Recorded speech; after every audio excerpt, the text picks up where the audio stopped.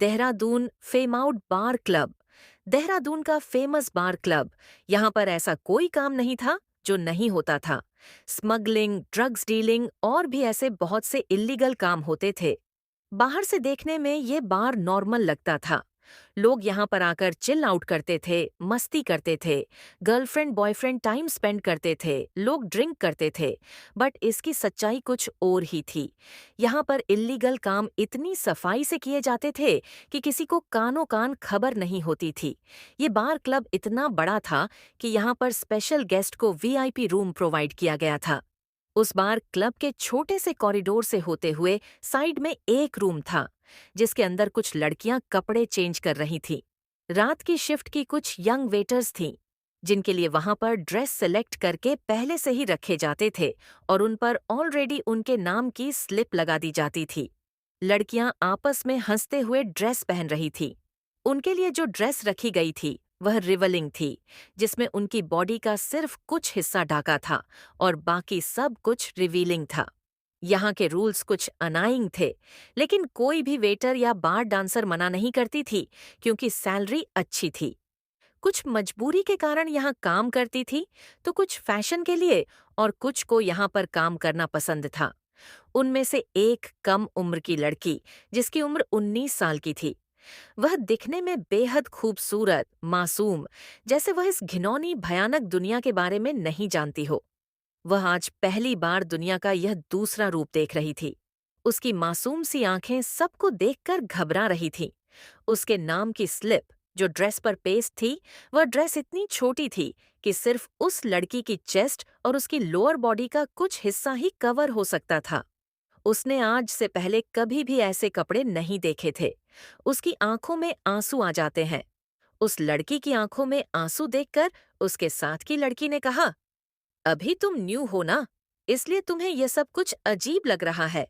लेकिन धीरे धीरे यहाँ पर काम करते हुए तुम्हें इन सब चीजों की आदत हो जाएगी। तुम्हें इस माहौल में खुद को डालना ही होगा। यहाँ पर हर कोई अपनी जरूरतें पूरी करने के लिए आता है। तुम भी यहाँ पर पैसों के लिए हो।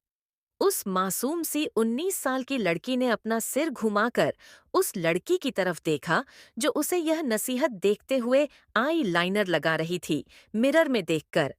उसने भी कुछ ऐसे ही कपड़े पहने हुए थे जो दिखने में भद्दे लग रहे थे, लेकिन कई आंखों को यह कपड़े सुकून देने वाले थे। वह 19 साल की लड़की कुछ भी नहीं बोल रही थी। मजबूरन उसे वह कपड़े सबके सामने ही चेंज करने थे। उसने जल्दी जल्दी वह कपड़े पहने, लेकिन शर्म से वह इतनी लाल पड़ गई थी कि नजर तक उसकी नहीं उठ रही थी। उसका अभी दिल कर रहा था कि यहाँ से दूर भाग जाए, पर नाइट शिफ्ट शुरू हो चुकी थी और अब उन्हें बाहर जाना था, लोगों को ड्रिंक सर्व करने के लिए। उसके साथ की कुछ और भी लड़कियां थीं जो उसे खींच कर ले जाते हुए बोलीं, हमें मैनेजर का नोटिस आया है, गेस्ट आ चुके हैं और हमें उन्हें ड्रिंक सर्व करने जाना है। अगर हम लेट हो गए तो मैनेजर हमारी सैलरी कट कर लेगा। ये सुनकर वह 19 साल की लड़की घबरा जाती है। वह अपने कांपते हुए पैरों को आगे बढ़ा रही थी। आज उसकी मासूमियत उससे जुदा होने वाली थी। इस कम उम्र में ही वह ऐसा कुछ देख रही थी जो शायद कोई भी लड़की नहीं देखना चाहती। उसके हाथ में एक ट्रे थमा दी जाती है। उसके नाजुक से हाथों ने उसे ट्रे को पकड़ा और वहां मौजूद आदमियों को देखकर वह सहमी हुई सी, अपनी नाजुक सी पलकों को झुकाते हुए उसने अपने कदम उनकी तरफ बढ़ा दिए। एक एक टेबल पर वह ड्रिंक की बोतल ध्यान से रख रही थी। बीच में एक आदमी ने उसका हाथ पकड़ लिया, जिससे वह लड़की इतना ज्यादा घबरा गई कि उसके हाथ से ड्रिंक छूटने ही वाली थी और उसे आदमी ने उस 19 साल की लड़की को खींचकर अपनी लैप पर बैठा लिया और फिर बोला, लगता है यहाँ पर न्यू हो तुम, आज ज्वाइन किया है क्या? उसे आदमी का लहजा बदतमीजी वाला था। वह जानबूझकर उस 19 साल की लड़की के बदन को छू रहा था। उसकी नीयत का अंदाजा उसकी आंखों और उसकी हरकतों से साफ पता चल रहा था। वह 19 साल की लड़की जल्दी से खड़ी हो गई और वहां से भाग गई। यह देखकर वह आदमी हंसने लगा। वहां पर मौजूद हर आदमी लड़कियों को देखते हुए अपनी चेस्ट को सहलाता तो कभी उन्हें आंखों से इशारा करता। लड़कियां भी पैसों के लिए उन्हें सेड्यूस कर रही थीं। वह प्रोफेशनल थी और यहाँ का माहौल, शायद उन्हें काफी अरसा हो गया था यहाँ काम करते हुए। एक लड़की अपनी कैट वॉक के साथ ड्रिंक की बोतल को उस बदतमीज आदमी के पास लेकर आई और उसे देते हुए अपनी सेक्सुअल आवाज में बोली, सर, उम्मीद है कि आपको मजा आ रहा होगा। अगर आपको कोई भी तकलीफ हो रही है तो आप मुझे बताइए। उस मासूम नन्ही की जान को छोड़ दे। आज उसका पहला दिन है और धीरे धीरे एक दिन वह भी आपकी गोद में आकर खुद बैठ जाएगी। हम उसे ट्रेन कर रहे हैं। वह बदतमीज आदमी उस लड़की को देखते हुए उसकी स्किन पर उसके हाथ से वाइन की बोतल लेते हुए अपने होंठ रखकर वहां पर किस करने लगता है। वही वह 19 साल की लड़की एक कोने में खड़ी होकर अपने मुंह को जोर से दबाकर फूट फूट कर रो रही थी। उसकी आंखों से झरझर आंसू बह रहे थे। जिस तरीके से वह आदमी उसे देख रहा था, उसे छू रहा था, उस लड़की को खुद से घिन होने लगी थी। वहां मौजूद हर एक आदमी अपनी आंखों से उसका रेप कर रहा था। मम्मा मम्मा, सिसकते हुए वह रोने लगी। तभी किसी ने एकदम से उसके बाल पकड़ लिए और गुस्से से खींचकर थप्पड़ उस लड़की के गाल पर मारते हुए बोला, तुम यहाँ पर बैठकर रो रही हो। अगर आज चंपाकली ने वक्त रहते उस कस्टमर के गुस्से को शांत नहीं किया होता तो तुम्हारी वजह से हमें कितना बड़ा नुकसान हो जाता। वह हमारा एक रेगुलर कस्टमर है। अगर उसे गुस्सा आ गया होता तो उसके गुस्से को हम कंट्रोल नहीं कर पाते। तुम्हारी वजह से हमें आज क्या क्या नहीं टॉलरेट करना पड़ता। थैंक गॉड चंपाकली ने सही वक्त पर उस आदमी को हैंडल कर लिया। वही वह 19 साल की लड़की के गालों पर पांचों उंगलियां छप गई थी और उसके आंसुओं से उस आदमी को कोई फर्क नहीं पड़ रहा था। वह यहाँ का मैनेजर था। मैनेजर को देखते हुए उस 19 साल की लड़की ने सर नीचे करके रोते हुए कहा, सर, वह मुझे टच कर रहा था। मैं तो यहाँ पर वेटर हूँ। मेरा काम सिर्फ ड्रिंक सर्व करना है। इस पर उस मैनेजर ने गुस्से से उस लड़की को डांटते हुए बोला, तुम्हें किसने कहा? कॉन्ट्रैक्ट पेपर्स में सारी कंडीशंस लिखी हुई है। हमारा काम है कस्टमर को खुश करना। अगर तुम उस कस्टमर को खुश करती तो तुम्हें एक्स्ट्रा बोनस मिलता है। हो सकता है कि वह आदमी तुम्हें कुछ ऐसा दे देता जिससे तुम्हें पैसों में हेल्प हो जाती। ऐसे क्लाइंट्स को अपने हाथ से कभी जाने मत दो। हो सके तो उन्हें अपने जाल में फंसा लो। उस मैनेजर की यह बातें सुनकर उस 19 साल की लड़की का दिमाग ब्लैक हो गया था कि वह यहाँ पर सिर्फ वेटर का काम करने आई थी। लेकिन यहाँ पर उसे यह क्या ही देखने को मिल रहा है। उस 19 साल की लड़की ने मैनेजर को देखते हुए बोला, लेकिन मुझसे यह सब नहीं होगा। उसे मैनेजर ने गुस्से से लड़की के बालों को पकड़ते हुए एक एक शब्द पर जोर देते हुए बोला, अगर तुम यह सब कुछ नहीं कर सकती तो यहाँ से दफा हो जाओ। तुम्हें कोई पैसा और बोनस नहीं मिलेगा। वो 19 साल की लड़की घबराते हुए अपने कदम पीछे ले लेती है क्योंकि वह यहाँ पर खुद भी काम नहीं करना चाहती थी। वह अब भी अपने कदम आगे की तरफ बढ़ा रही थी कि पीछे से उस मैनेजर की आवाज सुनाई दी, मैंने सुना है कि तुम्हारा भाई हॉस्पिटल में एडमिट है। तुम्हें अर्जेंटली उसके ऑपरेशन के लिए 15 लाख रुपए चाहिए। यह सुनकर उस लड़की के कदम ठहर गए और उसकी आंखों से आंसू बहने लगे। वह इतनी मजबूर हो गई थी कि अब न तो उसके कदम आगे बढ़ रहे थे, न ही वह इस दलदल में आना चाहती थी। उस मैनेजर के होठों पर जहरीली मुस्कान आ गई। उसने उस लड़की की तरफ अपने कदम बढ़ाते हुए कहा, 15 लाख रुपए तुम्हें कोई भी नहीं देगा। तुम्हें उसके लिए कुछ करना पड़ेगा। तुम सही जगह पर आई हो अगर तुम्हें अर्जेंटली पैसे चाहिए, लेकिन उसके लिए तुम्हें वह सब कुछ करना पड़ेगा जो मैं तुमसे कहता हूँ। हमें तुम्हारी जैसी यंग लड़कियों की जरूरत है क्योंकि तुमसे कस्टमर हैप्पी रहते हैं। फना, तुम्हें पैसे चाहिए ना अपने भाई के ऑपरेशन के लिए? उस 19 साल की लड़की का नाम फना था। फना अपना सर झुकाकर खड़ी हुई थी और मैनेजर के शब्दों को सुनकर उसका दिल तार तार हो गया था। गले से आवाज नहीं निकल रही थी, इसलिए उसने सिर्फ अपना सिर्फ हाँ में हिला दिया। उसे मैनेजर ने फना के कंधों पर हाथ रखते हुए कहा, वेरी गुड फना, गुड गर्ल की तरह अपना काम करो और ट्रस्ट में तुम्हारे भाई के ऑपरेशन के लिए तुम्हें पैसे जल्द ही मिल जाएंगे। फना ने अपने कंधे पर उस मैनेजर का हाथ देखा। मजबूर फना अब और कर ही क्या सकती थी, इसलिए वह अपने कदम वापस उस दलदल की तरफ बढ़ाने लगती है। वही मैनेजर उसे जाते हुए देखकर खतरनाक तरीके से हंसने लगता है। फना के अंदर कॉन्फिडेंस की कमी थी। वह लोगों से बात करना नहीं जानती थी। उसे दुनियादारी की कोई खबर नहीं थी। उसे कोई कुछ भी बोल देता था, वह कर लेती थी। इतनी छोटी सी उम्र में उसने बहुत कुछ देख लिया था। लोगों के घिनौने चेहरे भी उसकी आंखों के सामने आने लगे थे।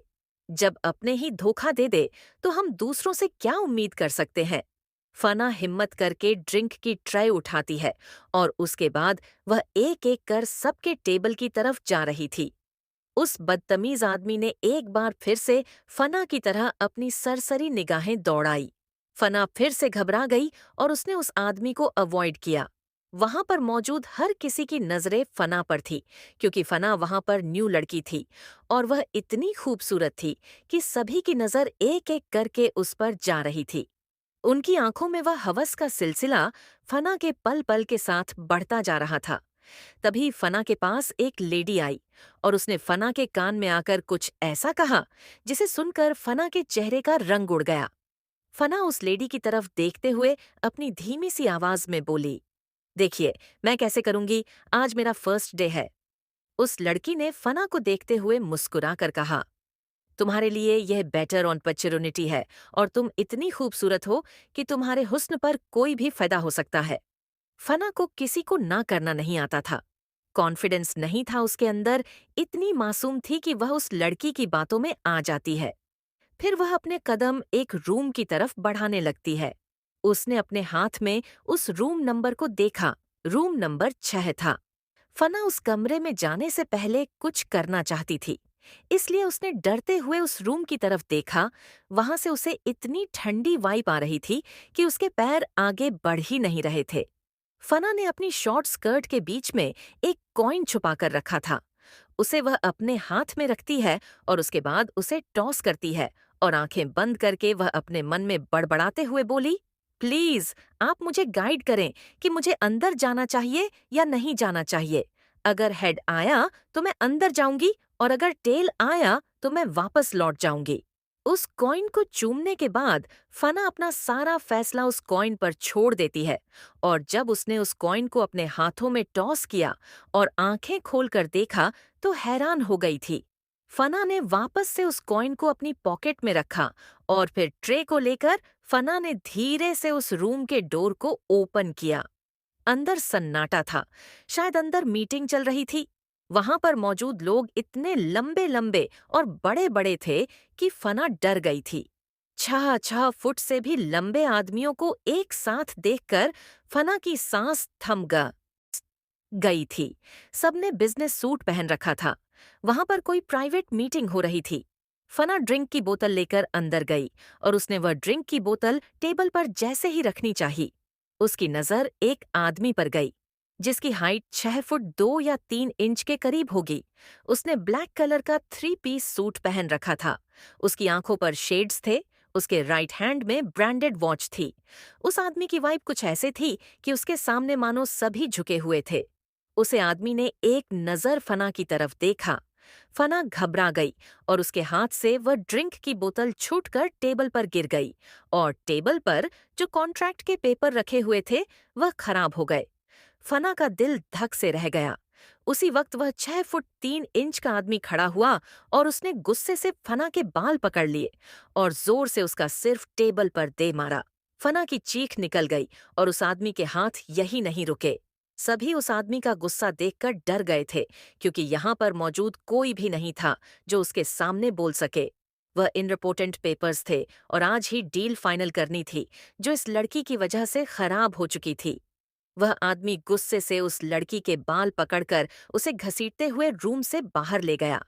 फना जोर जोर से चिल्लाकर हेल्प के लिए चीख रही थी, लेकिन फना की उस दर्द भरी चीख को वहां मौजूद हर एक शख्स ने अनसुना कर दिया था। सभी के माथे पर पसीने की बूंदें थीं कि इस लड़की ने बहुत बड़ी गलती कर दी, जिसकी कीमत उसे अपनी जान देकर चुकानी पड़ेगी। उस लड़की की चीखें पूरे बार क्लब में गूंज रही थीं। लेकिन कोई भी जैसे मानो सुन ही नहीं रहा था।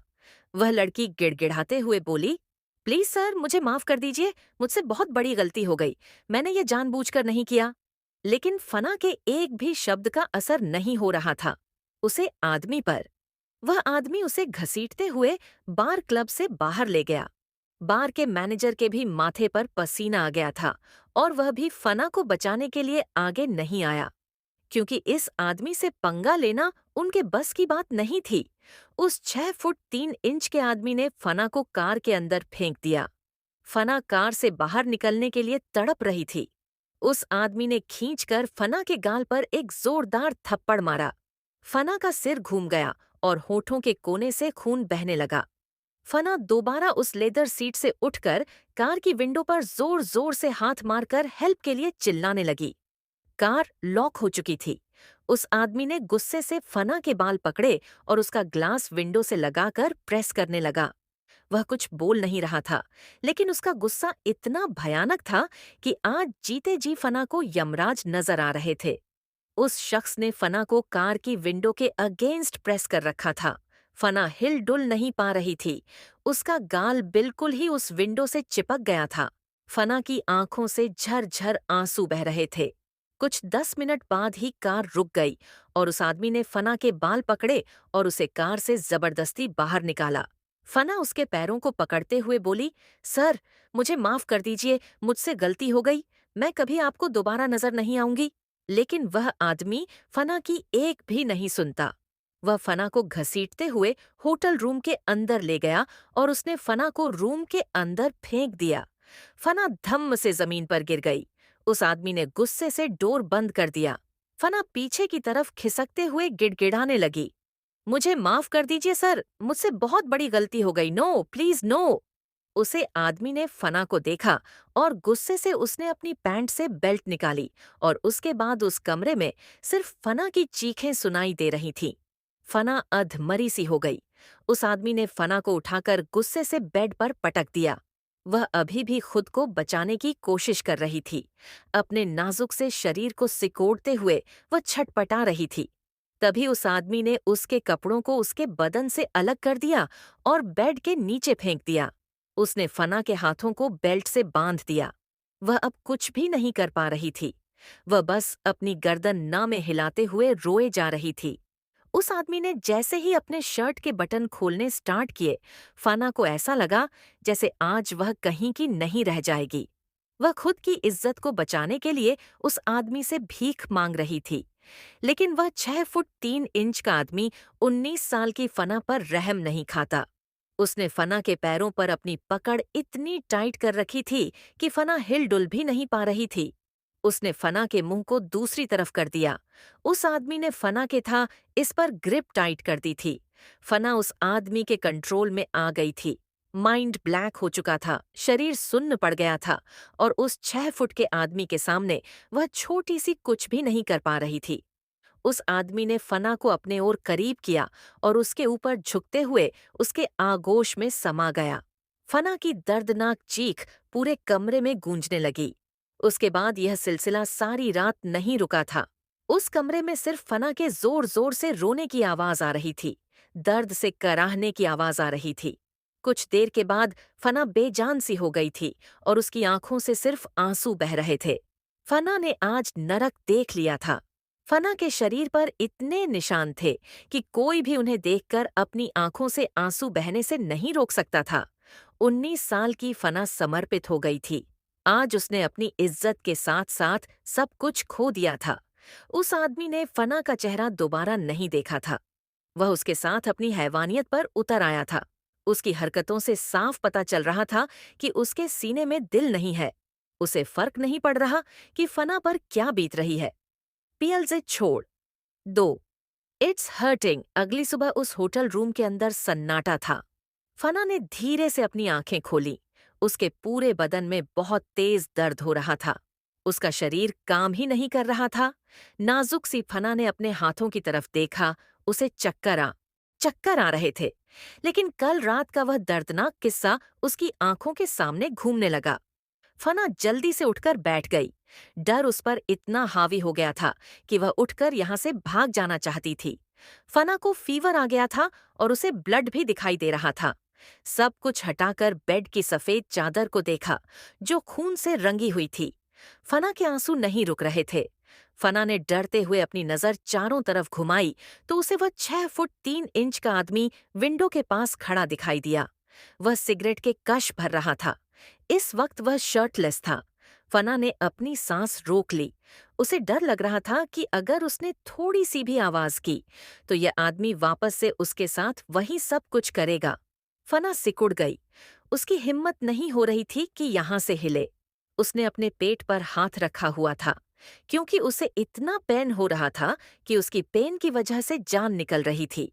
फना ने हिम्मत करके अपने कदम बेड के नीचे रखे और बेड के नीचे पड़े अपने फटे हुए कपड़ों को देखा और उसके पास में ही बेल्ट पड़ी हुई थी, जिसे देखकर एक पल के लिए फना की आंखों में वापस से आंसू आ गए। उसन बेड के नीचे पड़े अपने उन कपड़ों को उठाकर वह बिना किसी आवाज के पहनने लगी।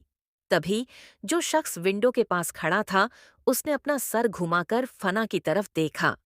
फना के कपड़े फटे हुए थे। वह शख्स फना की तरफ आया और उसने अपनी पैंट की पॉकेट से 2 नोटों की गड्डी निकाली और फना का हाथ पकड़ते हुए उसके हाथ में थमा दी। उसने फना का हाथ लगभग मोड़ दिया था। फना ने अपनी सांस रोक ली थी। यह है तुम्हारी कीमत।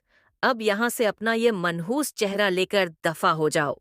तुम जैसी बाजरू औरत मुझे यहां नहीं चाहिए। तुम्हें देखकर मुझे उल्टी आ रही है। फना ने जब उस शख्स के मुंह से ये जहरीले शब्द सुने तो मानो जैसे किसी ने उसकी आत्मा को छलनी कर दिया हो। फना उस शख्स से कुछ भी नहीं बोली और अब अपने धीरे धीरे कदम दरवाजे की तरफ बढ़ा रही थी। उस शख्स ने फना को दोबारा नहीं देखा और विंडो के पास जाकर खड़ा हो गया। फना रूम का डोर ओपन कर अपने तपते बदन के साथ बाहर जा रही थी। कॉरिडोर में जाते वक्त उसे बहुत शर्म आ रही थी, क्योंकि उसके शरीर पर इतने निशान थे और उसने जो ड्रेस पहनी हुई थी वह भी फट चुकी थी। वही बाहर से होटल के अंदर कुछ लेडीज आ रही थी। उन्होंने फना की हालत देखी तो आपस में बातें करते हुए बोली, इन जैसी लड़कियां अपना जिस्म बेचती है। इनको देखकर घिन आती है। वह लड़कियां फना को देखकर अजीब सा मुंह बना रही थीं। अब ऐसे कपड़े पहनकर बाहर निकलेगी तो जरूर ऊंच नीच तो होगी ही ना। यह खुद की हालत की खुद ही जिम्मेदार होती है। फना, जो उन औरतों के शब्द सुन रही थी, उसके अंदर की आत्मा मर रही थी कि इसमें उसकी क्या गलती है। फना को लंगड़ाते हुए देखकर एक औरत ने कहा, इन जैसी लड़कियां पैसों के लिए कितना गिर जाती है। किसने कहा था इसे ऐसे कपड़े पहनकर बाहर निकल। अब कर दिया ना किसी ने। इसके साथ कुछ और बेशर्मों की तरह पैसे लेकर जा रही है। इन जैसी लड़कियां और कर भी क्या सकती हैं। यह गरीब लोग सिर्फ इसीलिए बने होते हैं, पैसों के भूखे। न जाने किसके साथ मुंह काला करके आई है और फिर अभी दूसरी लड़कों को फंसाकर उनकी जिंदगी बर्बाद करेगी। देखो उसे, कैसे बेशर्म की तरह पैसों की गड्डियां लेकर जा रही है। फना उन औरतों के तीखे शब्द और बर्दाश्त नहीं कर पाई और रोते हुए वहां से भाग गई। बाहर जाकर फना ने वह नोटों की गड्डियां देखी और उन्हें गुस्से में डस्टबिन में फेंक दिया और उसके बाद फना वहां से चली गई। वह 6 फुट 3 इंच का आदमी विंडो से बाहर देख रहा था और उसने फना की हरकत को देख लिया था। फना ने नोटों की गड्डी डस्टबिन में फेंक दी थी। यह देखकर उसकी आंखें तीखी हो गईं। उस शख्स ने घूमकर बेड की तरफ देखा।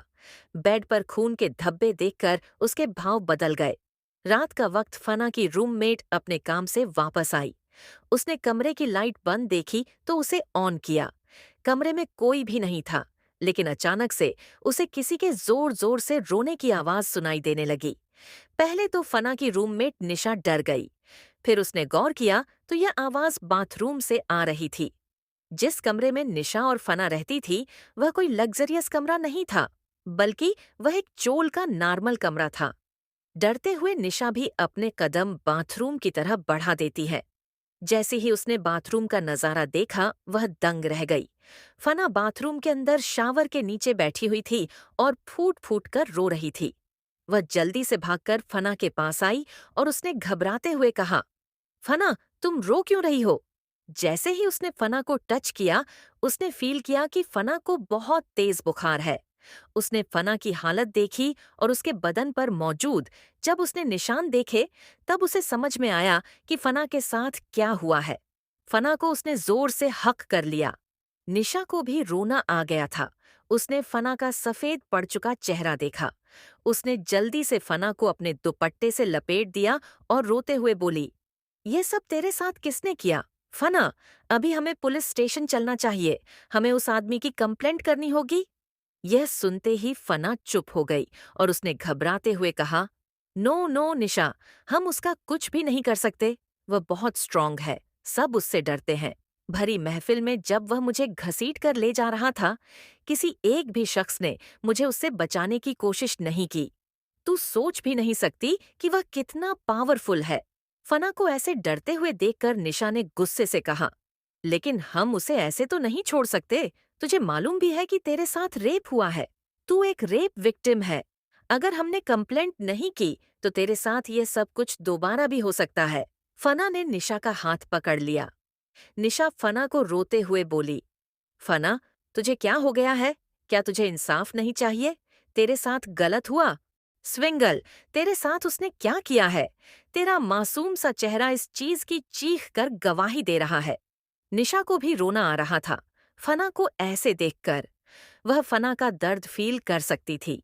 फना ने निशा को जोर से हक कर लिया और जोर जोर से रोते हुए बोली, मैं उसका कुछ भी नहीं कर सकती।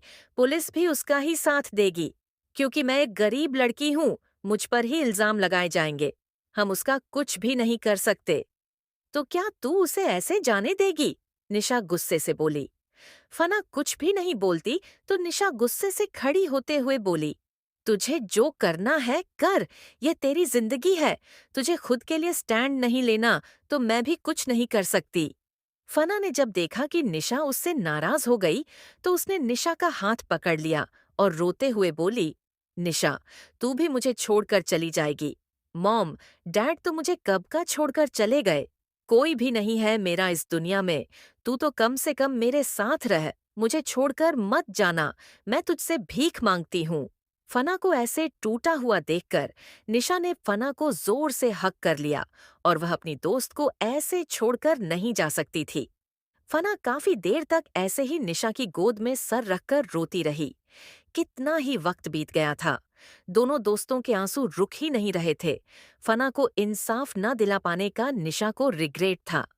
मुझे छोड़कर कभी मत जाना निशा, तेरे सिवा कोई सहारा नहीं है मेरा। अगर तू भी चली गई तो मैं क्या करूंगी? मेरा जीने का दिल नहीं कर रहा निशा, मैं मरना चाहती हूँ। निशा कुछ भी नहीं बोल रही थी, क्योंकि वह भी इतनी भावुक हो गई थी कि उसके भी गले से आवाज नहीं निकल रही थी। निशा फना के बारे में सब कुछ जानती थी। फना की फैमिली में उसके मॉम डैड की डेथ के बाद उसके चाचा ने सारी प्रॉपर्टी हड़प ली और उस हादसे में उसके भाई का एक्सीडेंट हो गया था। फना अपना सब कुछ खो चुकी थी। उसका भाई हॉस्पिटल में एडमिट था। फना को पैसों की जरूरत थी, इसलिए वह बार क्लब गई थी। निशा भी फना की कैसे ही मदद करती, क्योंकि वह भी तो एक गरीब लड़की थी।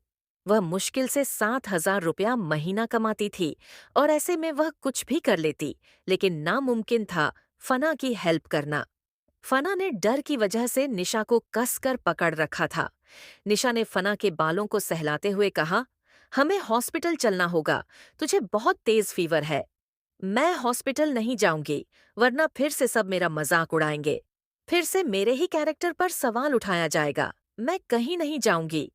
फना इतना ज्यादा डर गई थी कि वह एक कमरे में बंद होकर अपनी पूरी जिंदगी बिताना चाहती थी। वह लोगों का सामना करने से डरने लगी थी। निशा किसी तरह फना को लेकर रूम में आई। फना चल नहीं पा रही थी। उसके पेट में इतना तेज दर्द हो रहा था कि उसे सांस लेने में प्रॉब्लम हो रही थी। निशा ने किसी तरह उसको बेड पर लेटा दिया और उसके बाद उसने फना को मेडिसिन दी और उसके पास में ही उसका हाथ पकड़कर बैठी हुई थी। उसने उसके कपड़ों को धीरे धीरे कर रिमूव किया और उससे भी फना का जख्मी शरीर नहीं देखा गया। उसे जानवर ने फना को मारा भी था। उसके हाथों में मौजूद निशान से साफ पता चल रहा था कि वह हैवान फना के साथ क्या क्या किया है। फना की हालत देखकर निशा के दिल में दर्द होने लगा था और वह भी फूट फूट कर रोने लगी। लेकिन उसे खुद को संभालना होगा, वरना फना को कौन संभालेगा। निशा ने किसी तरह अपना रोना कंट्रोल किया और उसके बाद उसने फना के ऊपर कंबल डाल दिया। वह फना के बगल में बैठी हुई थी। वह उसके सिर पर पट्टियां रख रही थी ताकि उसका बुखार जल्दी उतर जाए। अब धीरे धीरे कर फना का बुखार उतरने लगा। निशा ने उसको पलट दिया और फना की पीठ पर वह अपने हल्के हाथों से मेडिसिन अप्लाई कर रही थी। बीच बीच में फना की चीख निकल जाती। निशा से वह जख्म देखे नहीं गए, इसलिए उसने अपने मुंह पर हाथ रख लिया। फना नींद में ही अपने मॉम डैड को बुला रही थी और उसका शरीर अभी भी कांप रहा था। उसने फना के चेहरे को देखा, जिस पर उंगलियों के काले निशान छपे हुए थे। फना का बुखार पूरी तरीके से उतर गया था। निशा अभी तक सदमे में थी। उसने देखा कि फना सो गई, इसलिए वह जल्दी से फना के लिए कुछ कुक करने लगी। अचानक से ही फना नींद में जोर जोर से चिल्लाने लगी, मुझे छोड़ दो, मुझे जाने दो, आई एम सॉरी, मैं कभी आपको अपनी शक्ल नहीं दिखाऊंगी, प्लीज छोड़ दीजिए मुझे, हर्ट हो रहा है, दुख रहा है, आहा, मम्मा।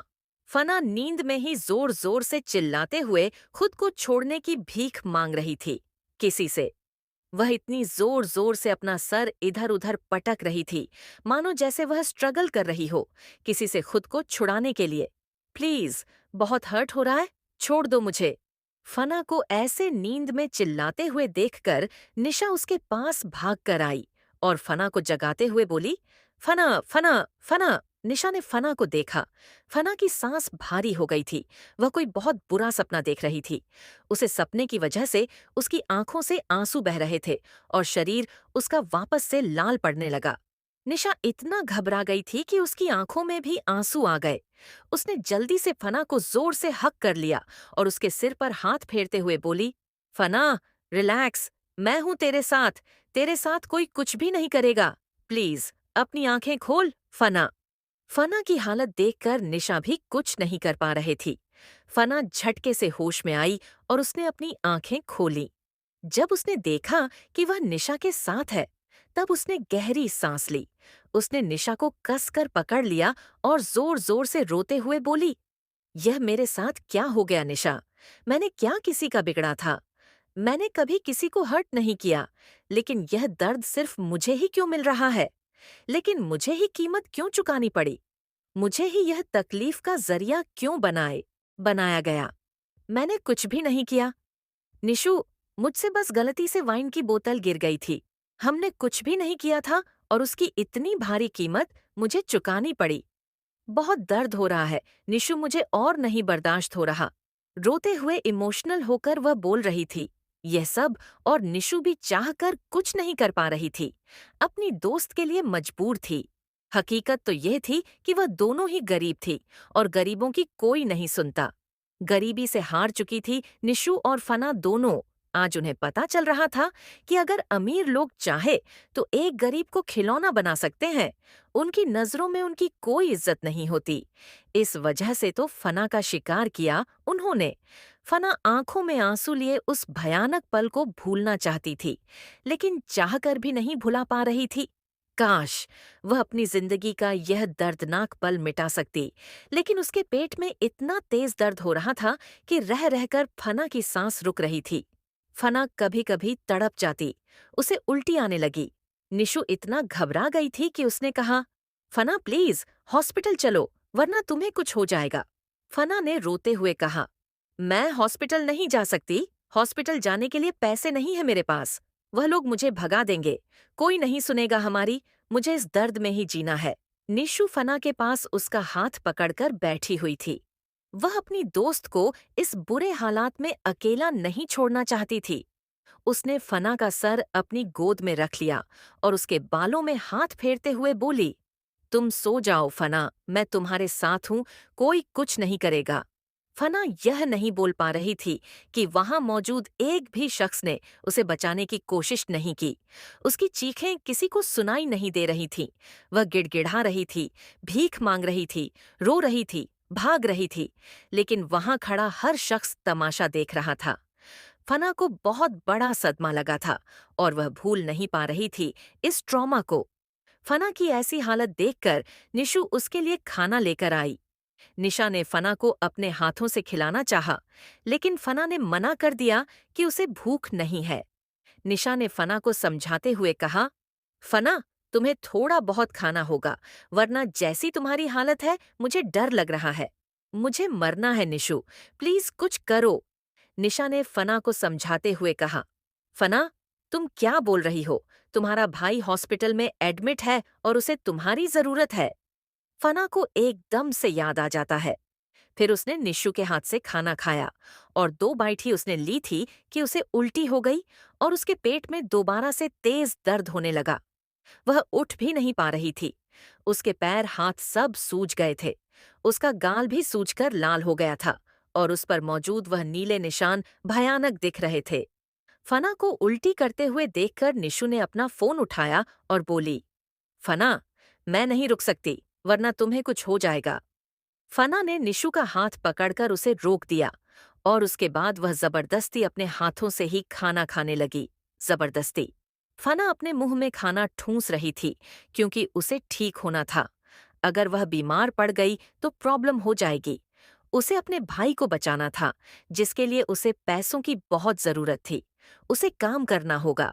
उसे फिर कल काम पर जाना है। उसके पास कोई और ऑप्शन नहीं था। फना को ऐसे जबरदस्ती खाते हुए देखकर निशु दंग रह गई। फना के पेट में इतना तेज दर्द हो रहा था कि उसे लगा कि अभी उसकी जान निकल जाएगी। और मिलेगा निशु, मुझे बहुत भूख लगी है। निशु ने अपने आंसू पोंछे और फना को और खाना दिया। फना ने वह भी जबरदस्ती अपने मुंह में ठूंस लिया। फना ने पेन किलर ली और बेड पर लेट गई। उसने अपने पेट पर हाथ रखा हुआ था, आंखों से आंसू बह रहे थे। लेकिन जिंदगी में कुछ हादसे भूलने के लिए ही होते हैं। अगली सुबह फना ने धीरे से अपनी आंखें खोली और उठकर बैठ गई। अब उसके बदन में जो दर्द हो रहा था वह कम हो गया था, लेकिन पेट में अभी भी हल्का हल्का दर्द हो रहा था। उसकी लोअर बॉडी में सूजन आ गई थी। फना हिम्मत करके उठी और उसके बाद वह फ्रेश होने गई। वहां पर उसने शावर लिया और जल्दी से रेडी होने लगी, क्योंकि फना होटल में भी वेट्रेस का काम करती थी, डे शिफ्ट में। फना जल्दी से रेडी हुई और उसके बाद वह ऑन्टो लेकर होटल के लिए निकल गई।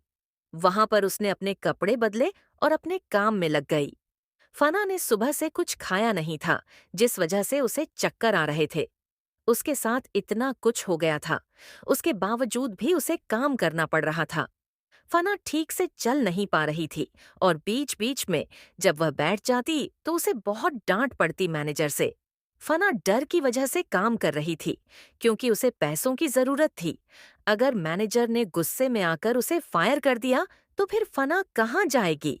फना कभी कभी वॉशरूम में जाकर उल्टियां करके आई और फिर वापस से बिना किसी को कुछ बोले अपने काम में लग जाती। उसे 1 मिनट का भी रेस्ट नहीं दिया जाता था। धीरे धीरे शाम हो गई और फना की शिफ्ट खत्म हो गई थी। फना इतना थक गई थी कि उससे अब खड़ा भी नहीं हुआ जा रहा था। उसके पेट में धीरे धीरे दर्द तेज होने लगा था। वह ऑटो लेती है और उसके बाद वह यहाँ से बार के लिए निकल गई। फना बार क्लब पहुंची तो वह अपने लंगड़ाते हुए कदमों के साथ अंदर जा रही थी।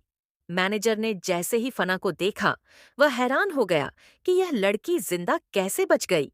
वहां पर मौजूद और भी लड़कियां आज फना को देखकर थोड़ा हैरान थी कि यह लड़की आज फिर आ गई।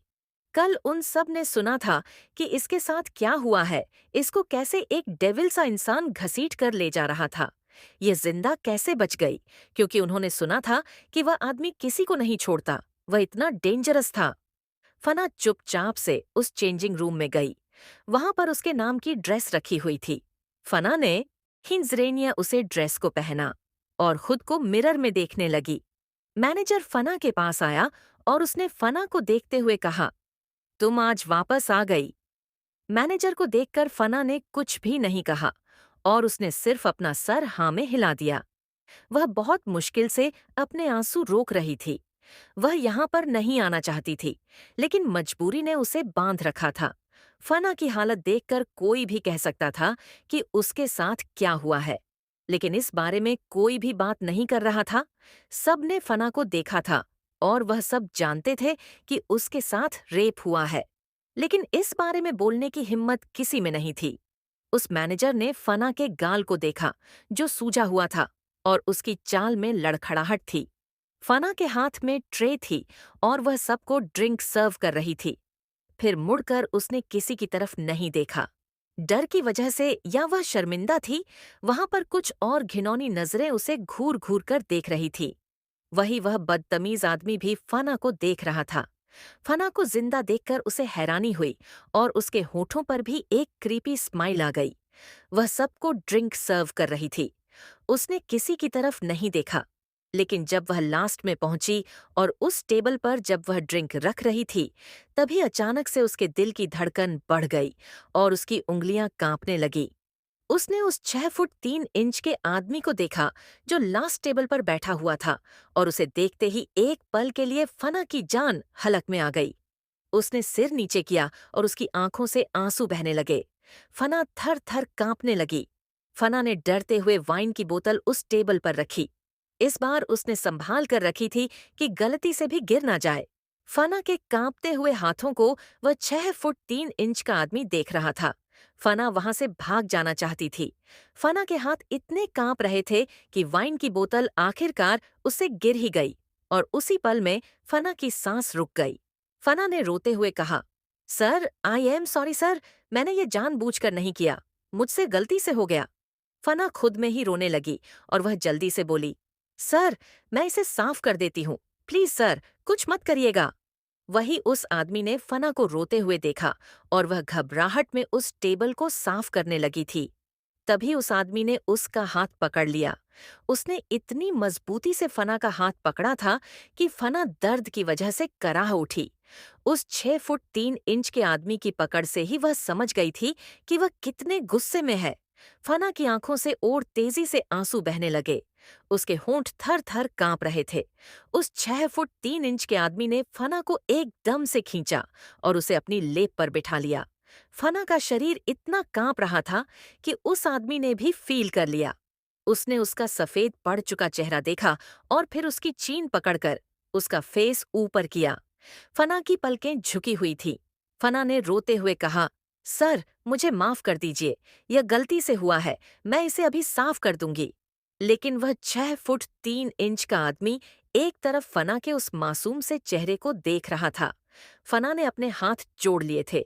उस आदमी ने उसके गाल पर अपना हाथ रखा और धीरे से प्रेस करते हुए बोला, आई डोंट लाइक टीयर्स। फना रोते हुए बोली, सर, प्लीज कुछ मत करिएगा, बहुत दर्द होता है। वह आदमी फना की कमर को रब रहा था। आहा, सर प्लीज। उस आदमी ने फना की शर्ट के अंदर एक हाथ डालते हुए उसके होठों के खिलाफ अपनी सर्द आवाज में बोला, तुम्हें जब जरूरत हो तो मुझे कांटेक्ट करना, मैंने कल एंजॉय किया। सर, मैं वैसी लड़की नहीं हूं, आप मुझे गलत समझ रहे हैं। फना अपनी घबराई आवाज में बोली, मैं वह काम नहीं करती हूं सर। उस 6 फुट के आदमी ने गुस्से से फना का चेहरा प्रेस करते हुए अपनी तीखी आवाज में कहा, मैंने तुमसे पूछा नहीं है, जितना कहा है सिर्फ इतना सुन लो। तुम्हें जल्दी ही मेरी जरूरत पड़ेगी, और अगर तुम अपनी बॉडी सेल नहीं करती तो इस बार में क्या कर रही हो? तुम मेरे सामने भोली बनने का नाटक करना बंद करो। फना ने रोते हुए कहा, सर, मैं यहाँ पर एक वेट्रेस हूँ। उस 6 फुट के आदमी ने गुस्से से फना को अपनी लेप से उठाकर झटके से दूर कर दिया, जिससे फना नीचे गिर गई। फना की चीख निकल गई और वहां मौजूद हर किसी का अटेंशन फना पर चला गया। फना जल्दी से खड़ी हुई और बिना सोचे समझे वहां से वह भाग गई। वह 6 फुट का आदमी फना को भागते हुए देखा और अपने वाइन के गिलास का एक सिप में पीकर वह भी उठकर वहां से चला गया। मैनेजर ने यह नजारा देखा तो यही सोच रहा था कि क्या मिस्टर भारद्वाज को इस लड़की में इंटरेस्ट है? क्या वह इस लड़की को खरीदना चाहते हैं? मैनेजर के दिमाग में कुछ और ही खुराफाती चल रही थी। आखिर यह लड़की जिंदा कैसे बच गई? कहीं ऐसा तो नहीं कि मिस्टर भारद्वाज को इसने अपनी बॉडी सेल कर दी, जिस वजह से यह लड़की आज जिंदा है। वही फना एक कोने में बैठकर अपना मुंह दबाकर जोर जोर से रो रही थी। उसका शरीर अभी भी डर की वजह से थर थर कांप रही थी। फना उस बार क्लब से भाग जाती है। जब वह घर पहुंची तो बेड पर गिरते ही वह जोर जोर से रोते हुए बस यही बोल रही थी कि मम्मा पापा, आप कहाँ चले गए मुझे छोड़कर? मुझे भी अपने साथ ले चलते। उसके पेट में इतना तेज दर्द होने लगा था गिरने की वजह से कि वह सांस नहीं ले पा रही थी। फना नहीं जानती थी कि आने वाली जिंदगी उसकी ओर दर्दनाक होने वाली है। नींद में ही फना रोते हुए बड़बड़ा रही थी। वह इस स्ट्रोम से नहीं निकल पा रही थी, लेकिन उसे खुद को संभालना था। निशा जब घर आई तब उसने देखा कि फना को बहुत तेज बुखार था। उसने उसे उठाने की कोशिश की और रात भर वह फना के सर पर गीली पट्टियां रख रही थी ताकि फना का बुखार उतर जाए। वह हॉस्पिटल जाने के लिए तैयार नहीं हो रही थी। मनी प्रॉब्लम की वजह से कुछ डर भी रही थी और उसके साथ जो हादसा हुआ था उसने उसके कॉन्फिडेंस को और लॉकर कर दिया था। वह दुनिया से अब छुप कर रहना चाहती थी। ऐसे ही सुबह हो गई। निशा भी फना के बगल में ही सो रही थी। आफ्टर ऑनल वह भी पूरा दिन काम करती थी। रात में कब उसकी आंख लग जाती है उसे भी पता नहीं चलता। इन दिनों निशा भी फना के लिए बहुत परेशान हो रही थी। अगली सुबह निशा ने फना को काम पर जाने के लिए मना कर दिया, लेकिन फना ने पेन किलर लेते हुए कड़वाहट से कहा, मुझे काम करना होगा निशु, अदरवाइज सरवाइव करना मुश्किल हो जाएगा। तुम कब तक संभालेगी? मैंने रेंट भी नहीं दिया है और हमारा राशन भी खत्म होने वाला है। निशु भी चाहकर नहीं रोक पाती फना को। फना किसी तरह खुद को संभालती है और फिर वह चोल से बाहर निकल गई। फना ने ऑटो लिया। उसके पास अब थोड़े ही पैसे बचे थे।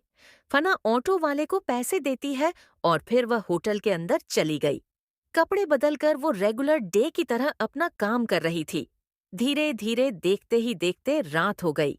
फना को आज बार क्लब जाने में डर लग रहा था कि कहीं दोबारा से उसकी मुलाकात उसे 6 फुट 3 इंच के आदमी से हो गई तो। फना अभी डरती हुई ये सब कुछ सोच ही रही थी। आज चाहकर भी वह अपने कदम नहीं बढ़ा पा रही थी। तभी उसका फोन रिंग करने लगा। फना ने जब फोन पर हो रहे फ्लैश में उस नाम को देखा तो उसने डरते हुए अपना हाथ बढ़ाकर उस फोन को उठा लिया। उसके दिल की धड़कनें बढ़ गई थीं। हेलो, आप फना बोल रही हूँ? ये हॉस्पिटल के डॉक्टर का कॉल था जो उसके भाई का ट्रीटमेंट कर रहे थे। फना ने धीरे से कहा, यस डॉक्टर, बोलिए। आप अर्जेंटली हॉस्पिटल आ जाइए, हमें आपसे बहुत इंपॉर्टेंट बात करनी है। यह सुनकर फना घबराते हुए बोली, डॉक्टर, मेरा भाई ठीक तो है ना? देखिए, हम अभी कुछ कह नहीं सकते हैं। आपको हॉस्पिटल आना होगा, उसके बाद ही हम आपसे बात करेंगे। उस डॉक्टर ने इतना कहा और फना के मुंह पर ही कॉल कट कर दिया। फना डिसअपॉइंट होकर ऑटो से अस्पताल पहुंच जाती है। जब वह हॉस्पिटल पहुंचती है तो वह डॉक्टर की केबिन में बैठी हुई थी। डॉक्टर उससे यह बोल रहे थे कि आपको जल्द से जल्द पैसों का इंतजाम करना होगा, वरना आपके भाई का ऑपरेशन नहीं हो पाएगा। हमने इसे कुछ दिनों के लिए होल्ड कर दिया था, सिर्फ आपके कहने पर। अगर हमने ज्यादा देर की तो आपका भाई बच नहीं पाएगा। हम इस बात की कोई गारंटी नहीं लेंगे। देखिए, हम जानते हैं कि आपके लिए पैसों का इंतजाम करना इतना इजी नहीं है, इस वजह से हमने आपको टाइम दिया था। फना ने रोते हुए कहा, डॉक्टर, लेकिन मैं ट्राई कर रही हूँ। जैसे ही पैसे का इंतजाम हो जाता है, मैं आपको जल्द से जल्द पैसे दे दूंगी। लेकिन प्लीज, आप मेरे भाई का ऑपरेशन करने से मना मत करिए। उसके सिवा मेरा इस दुनिया में कोई नहीं है। मैं कहीं से भी पैसे लेकर आऊंगी, लेकिन प्लीज आप ऑपरेशन करने से मना मत करिएगा। उस डॉक्टर ने फना को ऊपर से नीचे तक देखते हुए कहा, देखे, मुझे नहीं लगता कि आप पैसे का इंतजाम कर पाएंगी, क्योंकि ऑपरेशन करने के लिए हमें 15 लाख से 17 लाख तक चाहिए। यह सुनकर फना अपने आंखों से आंसू बहने से नहीं रोक पाई। वह इतनी मुश्किल से अपने भाई की दवाइयां का इंतजाम कर रही थी और अचानक से 15 ने 71 लाख रुपए भरना उसके लिए इम्पॉसिबल था। उसका खुद का खाने का गुजारा बहुत मुश्किल से हो रहा था। एक वक्त का तो खाना भी नहीं खाती थी वह। डॉक्टर की बात सुनकर फना निराश होकर अस्पताल से बाहर आ गई। वह बेसुध सी सड़कों पर चल रही थी। उसके पास कोई ऑप्शन नहीं था, बार क्लब जाने के सिवा। एक वही रास्ता था जिससे वह कुछ पैसे इकट्ठे कर कर डॉक्टर को दे सकती है। फना अपना मुंह छुपाकर वहीं सड़क पर बैठकर रो रही थी। बारिश तेज होने लगी थी, अपनी जिंदगी से निराश थी। अब उसे इतना भी कॉन्फिडेंस नहीं था कि वह अपने भाई को बचा पाएगी। फना अपने आंसू पूछते हुए बार क्लब गई। वहां पर जाकर उसने रेगुलर की तरह रिवीलिंग ड्रेस पहनी, जिसे पहनने के बाद वह वहां पर मौजूद लोगों को ड्रिंक सर्वे कर रही थी। लेकिन फना यह नहीं जानती थी कि एक और शख्स है जो उसे ऊपर से नीचे तक अपनी लस्ट बड़ी नजरों से देख रहा है। ये वही बदतमीज आदमी था जो स्टार्टिंग से ही फना की बॉडी को चाहता था। वह फना के साथ कुछ करना चाहता था क्योंकि फना का कोमल सा बदन मिला था जिसे वह चाहता था। उस बदतमीज आदमी ने फना को देखते हुए उसे अपनी तरफ बुलाया। फना ना चाहते हुए भी उसके पास गई और वह उसे बोली, जी सर, आपको ड्रिंक चाहिए। फना जानती थी कि वह आदमी उसे गंदी निगाहों से देख रहा है, लेकिन कहते हैं ना कि कभी कभी सब जानते हुए भी हमें अवॉइड करना पड़ता है और न जानने का नाटक करना पड़ता है। उस बदतमीज आदमी ने फना का हाथ पकड़ लिया और उसे अजीब तरीके से सहलाने लगा और बोला, तुम मुझसे दूर क्यों भाग रही हो? इधर आओ, कुछ बातें करो हमारे साथ बैठकर। फना ने अपना हाथ पीछे लेने की कोशिश करते हुए धीरे से कहा, लेकिन सर, मुझे और भी लोगों को ड्रिंक सर्व करना है। मैं एक वेट्रेस हूँ। तुम मुझे मना कर रही हो? उस बदतमीज आदमी ने थोड़ा सा चीढ़ते हुए कहा। इस पर फना डर गई कि अगर कस्टमर गुस्सा हो गया तो मैनेजर उसके काम के पैसे उसे नहीं देगा। इसलिए फना उस बदतमीज आदमी के बगल में मजबूरन बैठ गई। उस बदतमीज आदमी का नाम रमन था। रमन ने फना की कमर पर अपना हाथ रखा और उसे सेंशुअल वे में सहलाने लगा। 19 साल की फना डर से कांप गई और उसकी आंखों में आंसू आ गए। रमन ने फना के शरीर पर मौजूद उन काले निशानों को देखते हुए कहा, दूसरों को तुम खुश रख सकती हो, मुझे खुश रखने में तुम्हें क्या प्रॉब्लम है? मैं तुम्हें तुम्हारी एक रात की कीमत दूंगा। चुपचाप मेरे साथ कमरे में चलो और वह सब करो जो मुझे खुश करे। रमन के शब्दों को सुनकर कंपी मच जाती है फना के अंदर कि हर कोई क्यों उसकी बॉडी को खरीदना चाहता है। क्या वह सबको एक चीज दिखाई दे रही है,